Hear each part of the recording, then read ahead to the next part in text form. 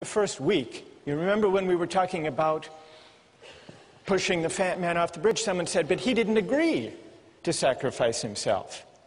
It would be different if he consented. Or when we were talking about the cabin boy,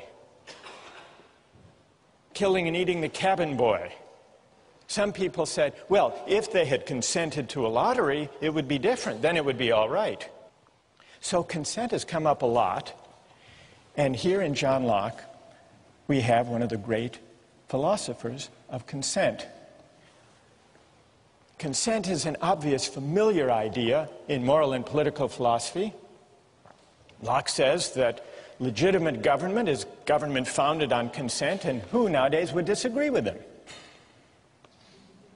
Sometimes when the ideas of political philosophers are as familiar as Locke's ideas about consent, it's hard to make sense of them, or at least to find them very interesting.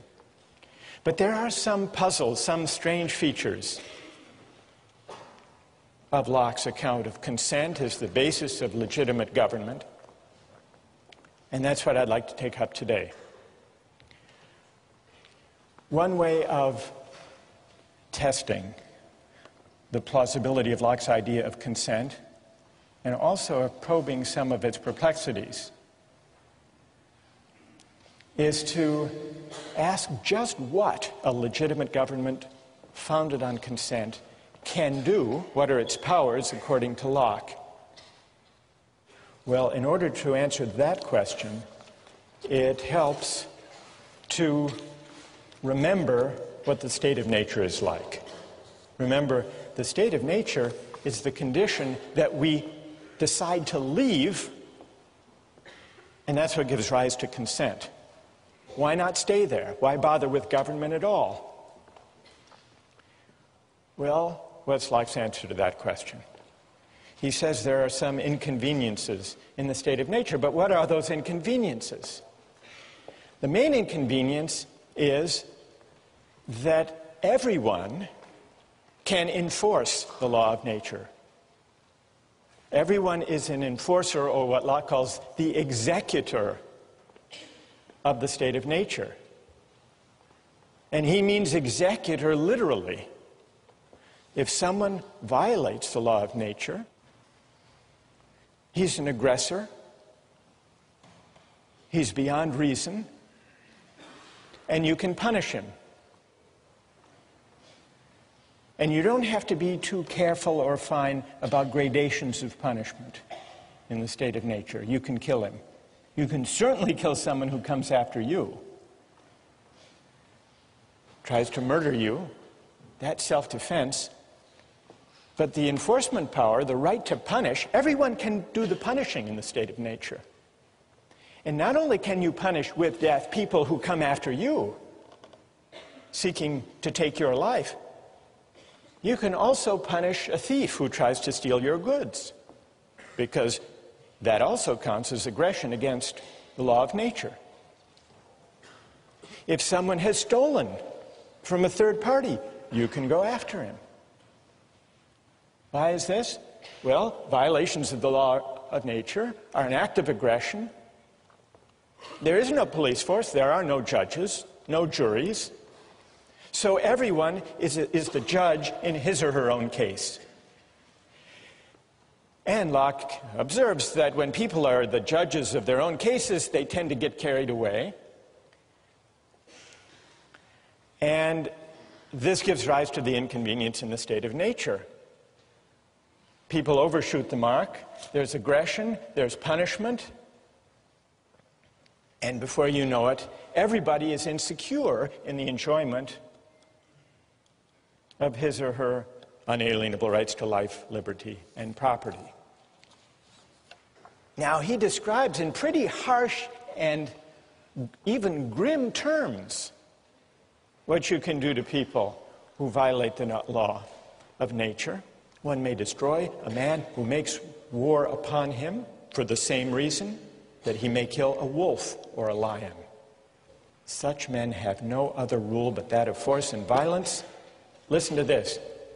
And so may be treated as beasts of prey, those dangerous and noxious creatures that will be sure to destroy you if you fall into their power. So kill them first.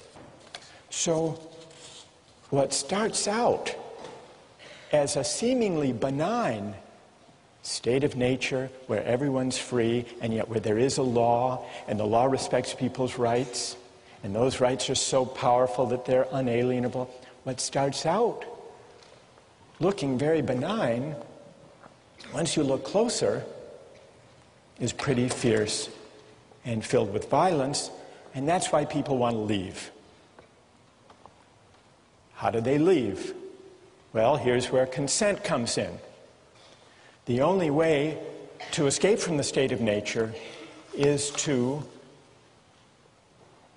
undertake an act of consent where you agree to give up the enforcement power and to create a government or a community where there will be a legislature to make law, and where everyone agrees in advance, everyone who enters agrees in advance to abide by whatever the majority decides. But then the question, and this is our question, and here's where I want to get your views, then the question is, what powers, what can the majority decide? Now here it gets tricky for Locke, because you remember, alongside the whole story about consent and majority rule, there are these natural rights, the law of nature, these unalienable rights. And you remember, they don't disappear when people join together to create a civil society.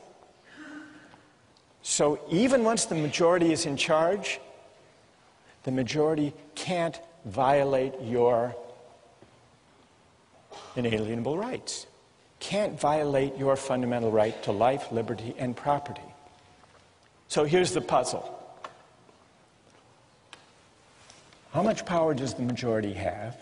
How limited is the government created by consent? It's limited by the obligation on the part of the majority to respect and to enforce the fundamental natural rights of the citizens. They don't give those up. We don't give those up when we enter government. That's this powerful idea taken over from Locke by Jefferson in the Declaration. Unalienable rights. So, let's go to our two cases. Remember Michael Jordan, Bill Gates, the libertarian objection to taxation for redistribution? Well, what about Locke's limited government? Is there anyone who thinks that Locke does give grounds for opposing taxation for redistribution? Anybody? Go ahead. If the majority rules that there should be taxation, even if the minority should still not have to be taxed, because that's taking away property, which is one of the rights of nature. All right, so, and what's your name? Ben. So, if the majority taxes the minority without the consent of the minority to that particular tax law, it does amount to a taking of their property without their consent, and it would seem that Locke should object to that. Do you want some textual support for your view, for your reading of Locke, Ben? All right. I brought some along just in case you raised it. If you have your texts, look at 138, passage 138.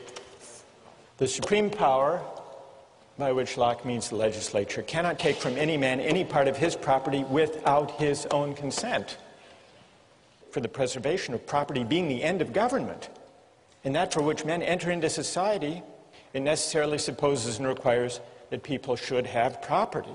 That was the whole reason for entering society in the first place, to protect the right to property. And when Locke speaks about the right to property, he often uses that as a kind of global term for the whole category, the right to life, liberty, and property. So that part of Locke, at beginning of 138, seems to support Ben's reading. But what about the part of 138, if you keep reading?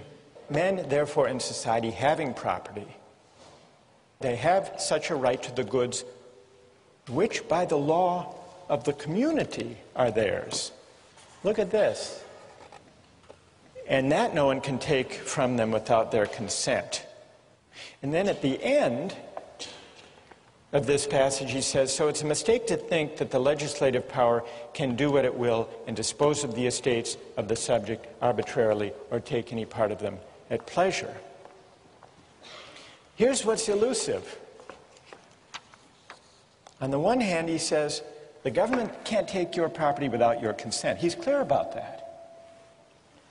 But then he goes on to say, I mean, that's the natural right to property. But then it seems that property, what counts as property, is not natural but conventional, defined by the government. The goods which by the law of the community are theirs. And the plot thickens if you look ahead to section 140. In 140 he says governments can't be supported without great charge. Government is expensive. And it's fit that everyone who enjoys his share of the protection should pay out of his estate. And then here's the crucial line. But still it must be with his own consent, i.e. the consent of the majority, giving it either by themselves or through their representatives. So what is Locke actually saying? Property is natural in one sense, but conventional in another. It's natural in the sense that we have a fundamental, unalienable right that there be property, that the institution of property exist and be respected by the government. So an arbitrary taking of property would be a violation of the law of nature and would be illegitimate. But it's a further question. Here's the conventional aspect of property. It's a further question what counts as property, how it's defined, and what counts as taking property, and that's up to the government. So the consent, here we're coming back to our question, what is the work of consent? What it takes for taxation to be legitimate is that it be by consent, not the consent of Bill Gates himself if he's the one who has to pay the tax, but by the consent that he and we, all of us within the society, gave when we emerged from the state of nature and created the government in the first place. It's the collective consent. And by that reading, it looks like consent is doing a whole lot, and the limited government consent creates isn't all that limited. Does anyone want to respond to that or have a question about that? Go ahead. Stand up.